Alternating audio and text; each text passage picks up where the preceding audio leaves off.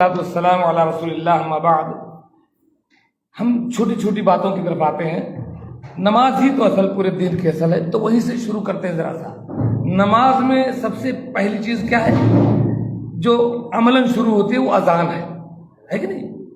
تو آپ لوگوں میں سے کوئی بتا سکتا ہے کہ اذان کا جواب دینے کا کیا ثواب ہے؟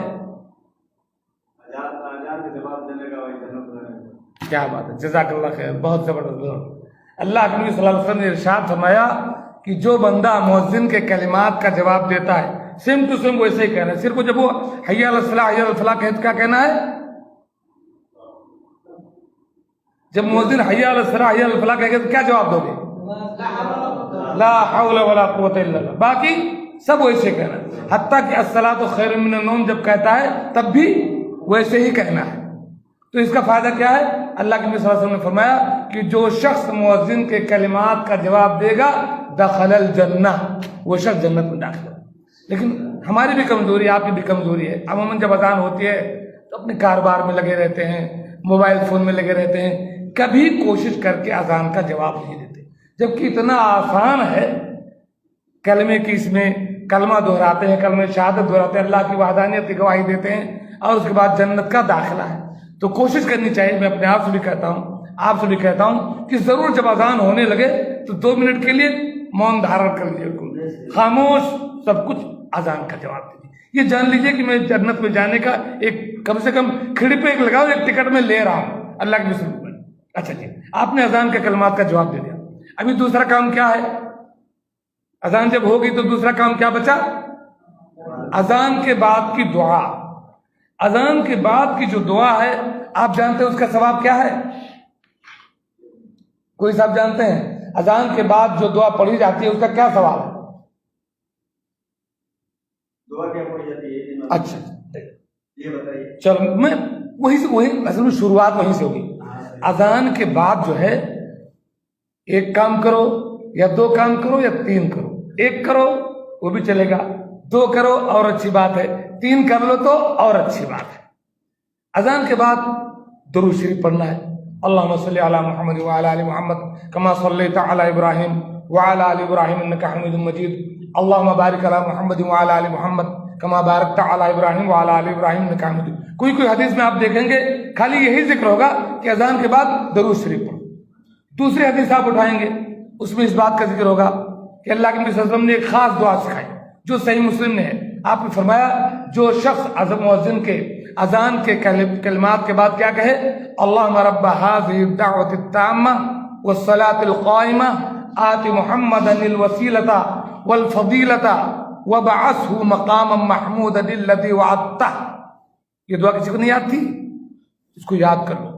شفاعت ہم لوگ بہت ڈھونڈتے ہیں، یہ کر لو شفاعت مل جائے گی، یہ الٹا پلٹا شرک بدعت، یہ شفاعت یہاں پر ہے۔ پیارے آقا صلی اللہ علیہ وسلم نے فرمایا جو شخص یہ دعا پڑھ لے حلت لہ شفاعتی یوم القیامہ، وہ قیامت کے دن میری شفاعت کا حقدار بن جائے گا، اس کے لیے میری شفاعت یعنی کیا چاہیے ہم کو؟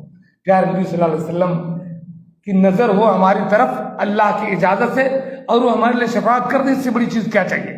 تو لازماً ہم کو اذان کے بعد کی یہ دعا یاد ہونی چاہیے۔ اگر نہ یاد ہو کوئی کارڈ میں کسی پنے میں لکھ لیں، جیب میں رکھیں اور ضرور پڑھیں۔ 2 کام ہو گئے۔ تیسرا کام کیا ہے؟ ایک دعا ہے، اللہ کے نبی صلی اللہ علیہ وسلم نے فرمایا کہ جو شخص اذان کے بعد کہے رضیت باللہ ربا وبالاسلام دینا وبمحمد صلی اللہ علیہ وسلم، یہ عام حدیث میں بھی ہے کہ جو شخص دن میں 3 بار کہہ لے وہ جنتی ہے۔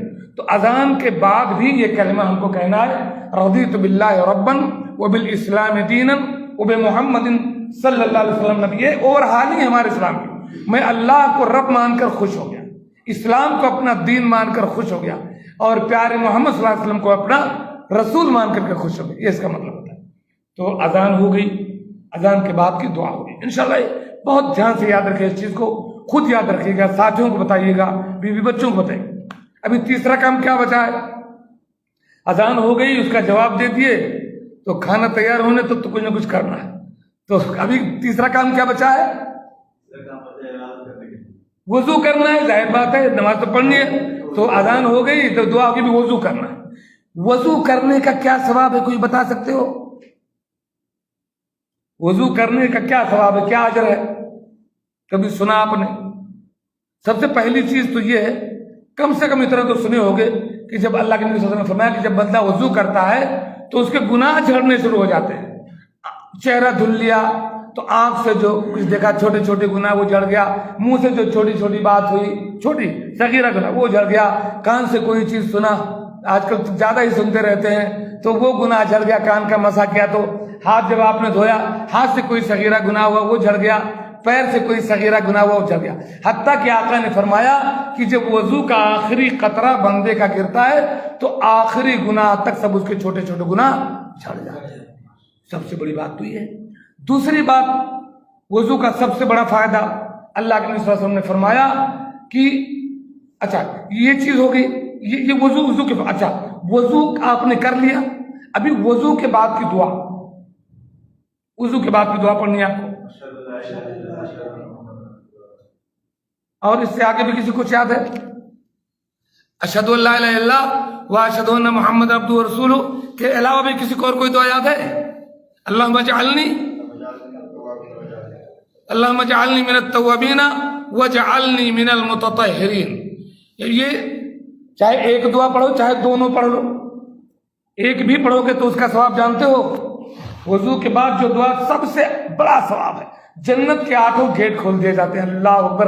اللہ کے نبی صلی اللہ علیہ وسلم کہ جب بندہ اچھی طریقے سے وضو کرتا ہے اور کہتا ہے اشہد ان لا الہ الا اللہ وحدہ لا شریک لہ واشہد ان محمد عبدہ ورسولہ فتحت لہ ابواب الجنۃ الثمانیہ یدخل من ایہا شاء. اللہ اکبر. میں تو بہت تقریر کرتا ہوں، بہت بتاتا ہوں، لیکن میں جتنا اس کو ہٹ پاتا ہوں ڈائریکٹلی میں خود محسوس کرتا ہوں متاثر کو، اور دوسروں کو بھی کوشش کرتا ہوں متاثر کرنے کی. اتنا آسان کام کچھ نہیں. کلمہ شہادت سب کو یاد ہے، اور وضو کے بعد لوگ گپ لگاتے ہوئے چلے جاتے ہیں. رک کر کے کلمہ شہادت پڑھ لیں، جنت کے 8 دروازے آپ کے لیے کھول دے جاتے ہیں. اور ہمیں کیا چاہیے؟ مرنے کے بعد تو جنت ہی چاہیے. یہ سب شفیق بند کریں. یہ ہو گیا صاحب، آپ نے دعا پڑھ لیا. ابھی آپ کو کیا کرنا ہے؟ ایک ہے تحیۃ المسجد اور ایک ہے ہم کہہ لیں تحیۃ الوضو. وضو کے بعد کے بعد ابھی ہم مسجد میں نہیں پہنچے، وضو کر کے کمرے میں رکے ہوئے ہیں، کہیں بستر میں رکے ہوئے ہیں، تو وہاں بھی آپ کو وضو کے بعد کم سے کم 2 رکعت یا اس سے زیادہ پڑھیں. اس کا فائدہ جانتے ہیں کیا ہے؟ اس کے فائدے کی طرف اگر آپ دیکھیں تو پہلے جائیں حضرت بلال کی طرف. اللہ کے نبی صلی اللہ علیہ وسلم نے ایک بار بلال کو بلایا اور سوال کیا ان سے، یہ بلال بتاؤ کہ تمہاری زندگی میں کون سا ارجع عمل ہے، سب سے زیادہ تمہیں امید ہے کہ اللہ تعالیٰ نے تم کو سب سے زیادہ اجر دیا ہوگا؟ بلال نے کہا اللہ کے نبی، اور تو کچھ یاد نہیں آتا ہے، البتہ اتنا یاد ہے کہ جب میں وضو کرتا ہوں، کلما اتطہر، جب میں وضو کرتا ہوں تو جس قدر اللہ مجھے توفیق دیتا ہے میں نفل پڑھتا ہوں. تو کہا بلال نے، یہ آپ نے پوچھا کیوں؟ کہا کہ لقد سمعت دفن علیک بین یدی فی الجنہ. بلال میں نے تمہاری جوتیوں کی آواز جنت میں سنی. اللہ اکبر. اتنا بڑا، یعنی نماز پورا دین ہے. آپ دیکھیے یہ 2 رکعت ہی کم از کم مان لیں، اور وہاں تو اچھا حدیث کیا ہے صحیح مسلم کی، اللہ کے نبی صلی اللہ علیہ وسلم جو ہے ایک بار صحابہ کرام کے درمیان دینی گفتگو کرتے. عقبہ بن عامر ایک صحابی ہیں، وہ کہتے ہیں ہم بھی حاضر ہوتے تھے درس میں، کبھی کبھی ہم اونٹ چرانے نکل جاتے تھے تو تاخیر سے آتے تھے. تو ایک بار تاخیر سے جب ہم آئے اللہ کے نبی کی مجلس میں پہنچے تو آپ ایک بات بیان کر رہے تھے، وہ یہی بات کہ جب بندہ اچھی طریقے سے وضو کر لے اور پھر 2 رکعت نماز پڑھے، ولم یحدث فیہما، اور اس میں کوئی ادھر ادھر کی بات نہ خیال ہے، وجبت لہ الجنہ، تو اس کے لیے جنت واجب ہو جاتی. یہ تحیۃ الوضو. تو حضرت تو وہ عقبہ بن عامر بولے پخ پخ پخ، کیا بات کیا بات کیا بات. تو پیچھے سے آواز آئی، ابھی تم تو لیٹ میں آئے ہو، اللہ کے نبی صلی اللہ علیہ وسلم نے اس سے پہلے جو بات کہی ہے وہ اور مزیدار ہے. عقبہ کہتے ہیں پلٹ کر دیکھا تو عمر فاروق رضی اللہ تعالیٰ عنہ تھے. کہا کیا بات کہی ہے؟ تو وہی بات میں بتا چکا. اس سے پہلے آپ نے یہ کہا ہے کہ جو بندہ وضو کر لے، وضو کر کے اشہد ان لا الہ الا اللہ پڑھے، اس کے لیے جنت کے 8 دروازے کھول جاتے ہیں. تو صاحب وضو کے بعد آپ کی یہ نماز رہی. ابھی آپ نماز تک نہیں پہنچے ہیں اصل تک، اس کے علاوہ آپ کو اتنے سارے اجر و ثواب. ابھی کیا کریں گے؟ آپ مسجد کی طرف قدم بڑھائیں گے. اللہ اکبر. یہ قدم جو آپ بڑھا رہے ہیں نا، اس کا اجر جانتے ہیں کیا ہے؟ ایک ایک قدم پر آپ کی ایک نیکی لکھی جاتی ہے، ایک گناہ مٹتا ہے، جنت میں ایک درجہ بلند ہوتا ہے. ایک ایک قدم اللہ، یہ اس کا اجر آپ کو یہ ہو گیا۔ ابھی آپ مسجد میں پہنچے، مسجد میں آپ داخل ہوتے ہی آپ دعا پڑھیں گے، اللہم افتح لی ابواب رحمتک، اے اللہ اپنے رحمتوں کے دروازے میرے لیے کھول دے۔ ظاہر بات اتنی بڑی دعا کی آپ نے، داخل آپ نے کہا السلام علیکم ورحمۃ اللہ۔ سلام کا ثواب آپ کو پتہ جانتے ہیں؟ السلام علیکم ورحمۃ اللہ سے کیا ثواب ملتا ہے؟ 30 نیکی۔ شاباش، یہ محترم اللہ ان کو جزائے خیر دے۔ شیخ یہ جو ہے نا فٹافٹ تقریباً اور وہ پیچھے والے انہوں نے بس اللہ کو 30 نیکیاں۔ ایک بار اللہ کے نبی صلی اللہ علیہ وسلم مجلس میں بیٹھے ہوئے تھے، ایک صحابی آئے کہا السلام علیکم، آپ نے کہا 10۔ دوسرے صحابی آئے کہا السلام علیکم ورحمۃ اللہ، کہا 20۔ ایک تیسرے صحابی آئے کہا السلام علیکم ورحمۃ اللہ وبرکاتہ، کہا 30۔ صحابہ نے پوچھا یہ کیا رہی ہے، یہ 10 20 30 کہا نہیں جاتے ہو؟ جو خالی السلام علیکم کہہ لے 10 نیکی، ورحمۃ اللہ بڑھا دو 20 نیکی، وبرکاتہ بڑھا دو 30 نیکی آپ کو مل گئی۔ صرف نیکی ہی نہیں، یہ آپ کے لیے جنت میں جانے کی ضمانت ہے، آپ کو محبت کی ضمانت ہے، جنت میں داخلے کی ضمانت ہے یہ السلام علیکم۔ اللہ کے نبی صلی اللہ علیہ وسلم نے فرمایا لا تدخلوا الجنت حتی تؤمنوا ولا تؤمنوا حتی تحابوا اولا ادلکم علی شیء اذا فعلتموه تحاببتم افشوا السلام بینکم۔ تم جنت میں جا ہی نہیں سکتے جب تک تم مومن نہ ہو جاؤ، اور تم مومن ہو ہی نہیں سکتے جب تک آپس میں ایک دوسرے سے خوب محبت نہ کرنے لگو۔ اور کیا میں آپ کو وہ آئیڈیا، وہ چیز نہ بتلا دوں کہ وہ کام اگر تم کرنے لگو تو خوب محبت کرنے والے ہو جاؤ گے؟ صحابہ نے کہا بتائیے، کہا افشوا السلام بینکم، آپس میں ایک دوسرے کو سلام کیا کرو۔ تو ابھی ہم مسجد میں پہنچے، ہم نے صرف سلام کیا ہے، وہاں تک اتنی نیکیاں ہیں۔ چلیں صاحب، اور چلے بنے۔ اچھا جی، تو یہ ہو گیا۔ ابھی آپ اب نماز شروع کر دو، کم سے کم اگر سنن رواتب میں تو تحیۃ المسجد ہے۔ تحیۃ ہمارے بہت سارے بھائی ہیں انڈین، پاکستانی، بنگلہ دیشی، جاتے ہیں مغرب میں اور عصر میں، وہ وہیں جا کر کے کسی کنارے بیٹھ جائیں گے، غلط ہے۔ مسجد میں آپ کو بیٹھنے کی اجازت نہیں ہے تحیۃ المسجد کے بغیر، آپ بھول جائیے۔ اپنے ہاں مولوی صاحب کیا کہتے ہیں، وہ مولوی صاحب کچھ نہیں۔ ہمارا امام اعظم، ہمارا پیر، ہمارا مرشد، ہمارا نبی، ہمارے لیے بات کرنے والا ایک ہی شخص ہے، محمد رسول اللہ صلی اللہ علیہ وسلم۔ ہم ان کے غلام ہیں، انہی کی غلامی کریں گے تو شفاعت ملے گی، تو جنت کا گیٹ۔ اس پیر نے، اس مرشد نے کیا کہا ہے، اذا دخل احدکم المسجد فلا یجلس حتی یصلی رکعتین، جب تم میں کا کوئی مسجد میں جائے تو تب تک مسجد میں نہ بیٹھو جب تک 2 رکعت پڑھ نہ لو۔ خلاص، جب فل قلم انہوں نے کہہ دیا تو کہہ دیا، ان سے بڑھ کر کسی کی بات ہے؟ کوئی مولوی صاحب کہیں گے ارے صاحب ہم حنفی ہیں، حنفی مذہب میں مغرب سے پہلے جاؤ تو نماز نہیں۔ ہم حنفی نہیں ہیں، ہم مسلمان ہیں، ہم غلام ہیں محمد رسول اللہ کے، ہمیں حنفی حدیث سے کیا مطلب ہے؟ ایک صاحب آئے ہماری مسجد میں، 7-8 منٹ باقی تھے، میں سنت پڑھ کر بیٹھا، یہاں تو وقفہ رکھ، کبھی 15 منٹ تو وہ آئے اور قرآن لے کر بیٹھ گئے۔ کبھی کبھی آپ بہت ڈھیر عمل کرتے ہو لیکن وہ قبول نہیں ہے۔ قبول کون سا ہوگا؟ جو نبی کے طریقے پر ہے کہ نہیں؟ اللہ کے نبی صلی اللہ علیہ وسلم نے کیا فرمایا تھا کہ بنو اسرائیل 72 فرقوں میں بٹے تھے، وَإِنَّ أُمَّتِي سَتَفْتَرِقُ عَلَىٰ 73 فرقہ، میری یہ امت 73 فرقوں میں بٹے گی۔ 73 سے زیادہ فرقے، شیعوں میں نہ جانا کتنے فرقے، ہمارے سنیوں میں اتنے فرقے، اہل حدیثوں میں بھی کچھ جماعتیں، جو ہمارے دیوبندیوں میں جماعتیں، بریلیوں میں جماعتیں، کوئی وہ فلاں فلاں فلاں۔ کہا کہ صرف ایک آدمی جنت میں، ایک فرقہ جنت میں جائے گا، کسی کا نام نہیں لیا آپ نے کہ کوئی بغلیں بجائے، بلکہ ایک طریقہ بتا دیا۔ صحابہ نے کہا کون؟ کہا ما انا علیہ واصحابی، وہ لوگ جنت میں جائیں گے جو میرے اور میرے صحابہ کے طریقے پر چلیں۔ اب آپ جو ہے، آپ کو ایک ٹارچ، ایک روشنی پیارے آقا صلی اللہ علیہ وسلم نے دی ہے، اب آپ اس میں دیکھ سکتے ہو۔ اپنا آئینہ اٹھاؤ پیارے نبی صلی اللہ علیہ وسلم کا اور دیکھو آپ کا عقیدہ ادھر سے ملتا جلتا ہے کہ نہیں، آپ کا عمل پیارے نبی صلی اللہ علیہ وسلم سے اور صحابہ سے ملتا جلتا ہے کہ نہیں۔ تو وہ کہہ رہے ہیں کہ صاحب ہم نے کہا 2 رکعت اٹھ کر نماز پڑھ لو۔ انہوں نے کہا یار ہمارے تو مجھ سے منع کرتے ہیں، ہمارے یہاں مغرب میں نماز نہیں ہے، نماز پڑھ۔ ہم نے کہا یار اللہ کے رسول کی حدیث ہم نے سنایا، ہم نے کہا صحابہ جب مغرب میں آتے تھے تو اس قدر لوگ سنتیں پڑھ رہے ہوتے ہیں، صحابہ کہتے تھے ہم سوچتے کہ جماعت تو نہیں چھوٹ گئی. انہوں نے کہا کہ بھائی ہم کو پتا ہے اللہ کے نبی نے کہا ہے، صحابہ کرتے تھے لیکن میں تو نہیں کر سکتا نا.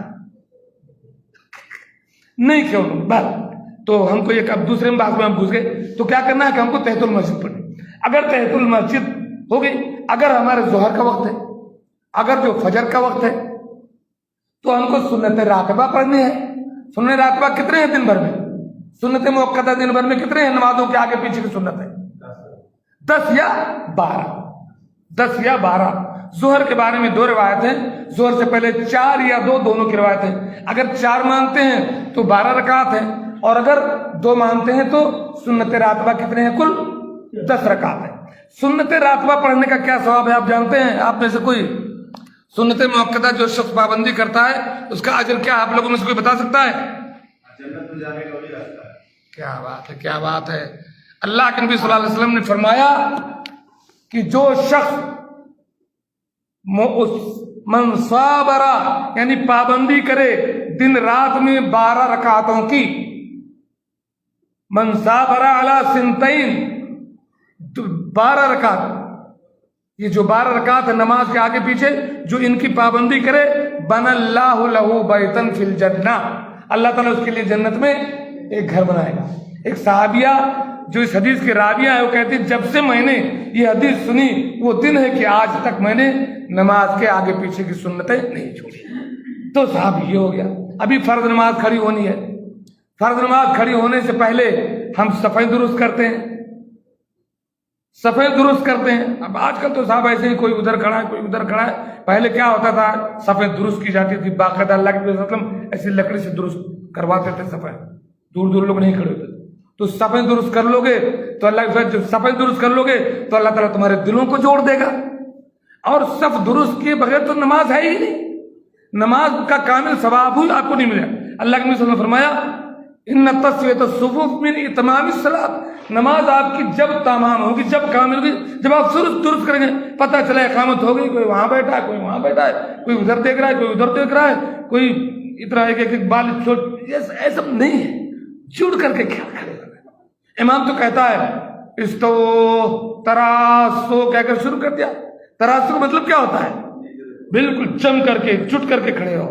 لیکن صاحب ایسا کرتے نہیں. عمل کرنا چاہیے پیارے آقا صلی اللہ علیہ وسلم کا اور صحابہ کا یہی دستور تھا. ان کے کندھے کندھوں سے مل جایا کرتے تھے، بخاری کے ٹخنے ٹخنوں سے مل جایا کرتے تھے. تو جس قدر آپ کی صفیں درست ہوں گی اسی قدر آپ کی نماز درست ہوگی. صفوں میں اختلاف ہوگا، آپ کے دلوں میں اختلاف ہوگا. تو آپ صفیں درست کرتے ہیں، اتنا بڑا اجر آپ کا اس بارے میں. اور اللہ کے نبی صلی اللہ علیہ وسلم نے یہ بھی فرمایا کہ جو شخص صفوں کو پر کرتا ہے اللہ تعالیٰ اس کا درجہ بلند کرتے ہیں. مثال کے طور پر آپ آئے اگلی صف پر ہے 1-2 آدمی خالی، آپ آئے پتہ چلا رکوع کے چکر میں یہیں ٹھک سے وضو کر لو، ادھر جگہ خالی ادھر جگہ رکھ، نماز آپ کی ہو جائے گی. لیکن اگر آپ کوشش کریں کہ میں جگہ پر کروں گا تو اللہ کے نبی صلی اللہ علیہ وسلم اللہ فرمایا کہ جو بندہ اگلی صف کو پر کرتا ہے اللہ تعالیٰ اس کا ایک درجہ بلند کرتا ہے. یعنی پورا ہی پورا آپ کو جنت میں یہ نماز جو ہے نا جنت میں لے جانے ہی کا راستہ ہے. کہیں کوئی دوسرا راستہ ہے نہیں، بالکل بند. جیسے فلائٹ میں سے نکلتے ہیں نا، نکل کر کے وہیں چیک پوسٹ پر جانا ہے یا وہاں سے نکل کر، ایسے ہی یہ جنت ہے. یہ نماز جو آپ کو وہیں جنت میں لے جا کر چھوڑے گی ادھر ادھر گڑبڑ نہیں کی. تو آپ نے صفیں درست کیا. اور کئی لوگ تو کیا ہوتا ہے امام اللہ اکبر کہہ دیتا ہے پھر بھی نہیں اٹھتے. سنتیں ان کی چالو ہے، خاص کر فجر میں ہم نے دیکھا صاحب چل رہی ہے سنتیں. نماز نہیں بھائی، امام نے جب اللہ اکبر کہہ دیا تو خلاص سب کچھ ختم. وہ کوئی میں نے بتایا نا پہلے کہ کسی مولوی کی نہیں چلتی، نہ میری چلے گی، نہ شفیق کی چلے گی، نہ شیخ عباس کی، نہ کسی کی چلے گی. اللہ کے بعد تو محمد رسول اللہ. یا ایھا الذین آمنوا لا تقدموا بین یدی اللہ ورسولہ. اللہ اور اس کے آگے کسی کی نہیں چلے گی. جس کی چلے گی اس نے کیا فرمایا؟ اذا اقیمت الصلاۃ فلا صلاۃ الا المکتوبہ. جب فرض نماز کے لیے اقامت کہہ دی جائے اب کوئی نماز نہیں محترم، توڑیے چھوڑیے ادھر آ کر کے شامل ہو جائے. ہاں فجر کی نماز کے بارے میں علماء نے اتنی اجازت دی ہے کہ اگر آپ آخری رکعت میں ہیں تو اس کو ایسے بھائی اس کو ختم کر کے جلدی سے آ جائیے. اب یہ نہیں کہ اب پھر وہاں بھی لمبی لمبی جھونک ہے، نہیں. تو جب اقامت ہو جائے تو کوئی بھی نماز آپ پڑھو، نماز توڑ کر کے جماعت میں شامل ہوئیے۔ کئی لوگ چلو نماز نہیں پڑھے، تلاوت کرتے رہتے ہیں اور رکوع کا انتظار کرتے ہیں، یا چلو تھوڑی دیر۔ اتنی بڑی محرومی آپ کی ہے، مسجد میں ہوتے ہوئے اگر کوئی امام کے ساتھ تکبیر اولیٰ نہ پائے، اس سے بڑا محروم کوئی نہیں۔ آپ جانتے ہیں اللہ کے نبی صلی اللہ علیہ وسلم کی صحیح حدیث ہے، آپ نے فرمایا کہ جو شخص 40 دن تک امام کے ساتھ تکبیر اولیٰ پالے، امام کے ساتھ مطابقت کرتے ہوئے 40 دن تک جو بندہ امام کے ساتھ تکبیر اولیٰ پالے، کتبت لہو براءتان، براءت من النار و براءت من النفاق، 2 چیز سے چھٹکارا اس کے لیے گارنٹی ہے۔ امام کے ساتھ 40 دن تک تکبیر اولیٰ کے ساتھ، حدیث ہے تکبیر اولیٰ سے، یعنی کہ ادھر ادھر بیٹھے ہو نہیں، کھٹ سے آ جاؤ جیسے اقامت ہو۔ تکبیر اولیٰ کے ساتھ اگر آپ نے نماز پڑھی 40 دن، 2 چھٹکارا لکھ دیا گیا، ایک تو منافقت سے چھٹکارا، دوسرے جہنم سے چھٹکارا۔ اللہ اکبر، وہیں رہ کر کے اتنی بڑی فضیلت سے محروم ہے، کتنے افسوس کی بات ہے۔ اچھا جی، اب نماز کھڑی ہوئی، نماز میں آپ نے بتائیے کیسے پڑھنا ہے۔ نماز کھڑی ہوئی، آپ نے دعائے ثنا پڑھی اللہ اکبر کہہ کر کے، دعائے ثنا کے بعد آپ نے کیا پڑھنا ہے؟ سورہ فاتحہ۔ خالی امام کو کہ مقتدی کو؟ دونوں کو۔ اگر جہری نماز ہو تو مغرب کی مثلاً ہو رہی ہو، امام پڑھ رہا ہے تو پیچھے پڑھو گے کہ نہیں پڑھو گے سورہ فاتحہ؟ اجی پڑھیں گے۔ کیوں پڑھیں گے؟ اس لیے کہ لا صلاۃ لمن لم یقرأ بفاتحۃ الکتاب، اس کی نماز ہوگی ہی نہیں جو سورہ فاتحہ نہ پڑھے۔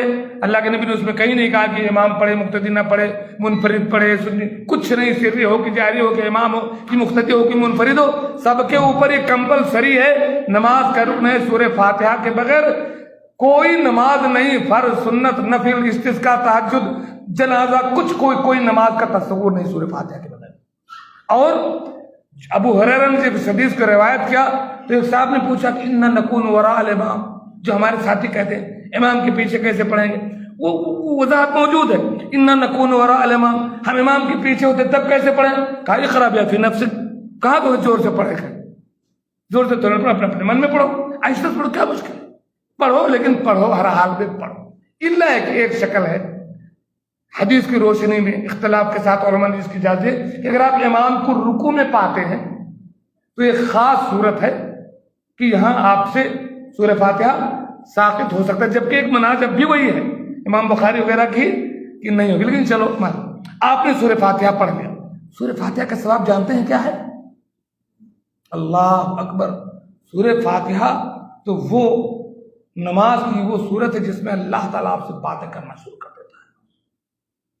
مدیر آپ کو بلا کر تھوڑی بات کر لے، مولوی صاحب بات کر لیں، کوئی M P M L A بات کر لیں، آدمی پھولے نہیں سماتا ہے، لیکن جب بندہ سورۃ الفاتحہ شروع کرتا ہے تو اللہ تعالیٰ بندے سے گفتگو کرتا ہے۔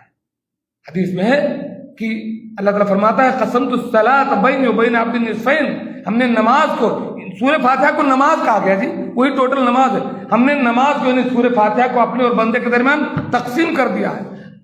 کیسے؟ جب بندہ کہتا ہے الحمدللہ رب العالمین، تمام تعریف اللہ کے لیے جو سارے جہان کا رب ہے، اللہ تعالیٰ وہاں عرش سے کہتا ہے حمدنی عبدی، ہائے میرے بندے نے میری حمد بیان کر دی۔ پھر بندہ کہتا ہے الرحمن الرحیم، بڑا مہربان نہایت رحم والا ہے، اللہ پھر وہاں سے کہتا ہے اثنا علی عبدی، یہ دیکھو میرا بندہ روئے زمین پر میری تعریف کر۔ اللہ کیسے خوش ہو رہا ہے، کیا چاہیے ہم کو یار؟ یہاں ہم کو بتا دیا کہ سورہ فاتحہ نہ پڑھو، یا پھنسا دیا، اتنے بڑے اجر سے محروم کر دیا۔ پھر بندہ کہتا ہے مالک یوم الدین، یوم جزا کا مالک ہے، اللہ تعالیٰ کہتا ہے مجدنی عبدی، یہ میرا بندہ میری عظمت بیان کرا، دیکھو یوم جزا کا مالک میں ہوں، آپ کسی کی نہیں چلے گی، یہ میرا بندہ جان۔ پھر بندہ کہتا ہے ایاک نعبد و ایاک نستعین، اے اللہ ہم تیری ہی عبادت کرتے ہیں، تجھی سے مدد چاہتے ہیں۔ اللہ کہتا ہے ھذا بینی و بین عبدی، یہ میرے اور میرے بندے کے بیچ میں ہے، وَلِعَبْدِي مَا سَأَلَ، اب بندہ جو مجھ سے مانگے گا میں اسے دے دوں گا۔ کہیں ایسا تو نہیں کہ نماز میں ہم کہتے ہوں اے اللہ ہم تیری ہی عبادت کرتے ہیں، تجھی سے مدد چاہتے ہیں، بعد میں جاؤ وہاں پیر فقیر درگاہ فلاں فلاں وہاں بھی شروع کر دو، اگر وہاں شروع کرے تو یہاں جھوٹ بولتے ہو، اللہ تعالیٰ کو دھوکہ دیتے ہو، ایسا نہیں۔ کہ مدعی توحید کے اور شرک سے یہ ساز باز، ایک طرف قبروں پہ سجدہ، دوسری جانب نماز، التجا فریاد استمداد غیر اللہ سے، یہ نہیں ہے شرک تو پھر شرک کس کا نام ہے؟ تابہ کہ یہ کھیل دنیا کو دکھایا جائے گا، مذہب کا توحید کا کب تک اڑا؟ یہ مذاق ہے کہ نماز میں تو یہ کہو کہ اللہ ہم تیری عبادت کرتے ہیں اور باہر جا کر کے فلاں فلاں کو پکارو، ایسا نہیں۔ اچھا یہ ہو گیا۔ اب اللہ تعالیٰ کہتا ہے میرے اور میرے بندے کے بیچ کا معاملہ، اب میرا بندہ جو مجھ سے مانگے گا میں دے دوں گا۔ اب بندہ مانگتا ہے، کیا مانگتا ہے؟ اہدنا الصراط المستقیم، اے اللہ مجھے سیدھے راستے پر لگا دے، سیدھے راستے پر چلا دے، صحیح راستے کی ہدایت دے دے۔ کس راستے کی؟ صحیح راستہ کون ہے؟ یہ کون بتائے گا؟ مولوی صاحب، پیر صاحب، فقیر صاحب، امام صاحب؟ نہیں، قرآن نے بتایا۔ صراط الذین انعمت علیہم، اے اللہ مجھے سیدھے راستے پر چلا دے، ان لوگوں کے راستے پر جن پر تیرا کرم ہوا، تیرا انعام ہوا۔ یہ کون لوگ ہیں؟ من النبیین والصدیقین والصالحین والشہداء، نبیوں کا راستہ، صالحین کا راستہ، شہداء کا راستہ، اولیاء کا راستہ، نیک لوگوں کا راستہ دکھا دے جن پر تیرا کرم ہو چکا ہے، جن کے راستے پر مہر لگ چکی ہے کہ یہی صراط مستقیم ہے۔ غیر المغضوب علیہم ولا الضالین، ان کے راستے پر نہ چلانا جو بھٹک گئے، جن پر تیرا غضب اترا، عیسائی اور یہود، یا ایسے تمام لوگ جو علم رکھنے کے باوجود عمل نہیں کرتے، یا ایسے لوگ جو بے علم عمل کر کے بدعت اختیار کرتے ہیں۔ اللہ تعالیٰ کہتا ہے میرے بندے جو تو نے مانگا تجھ سے ہم نے تجھے دے دیا۔ اللہ اکبر۔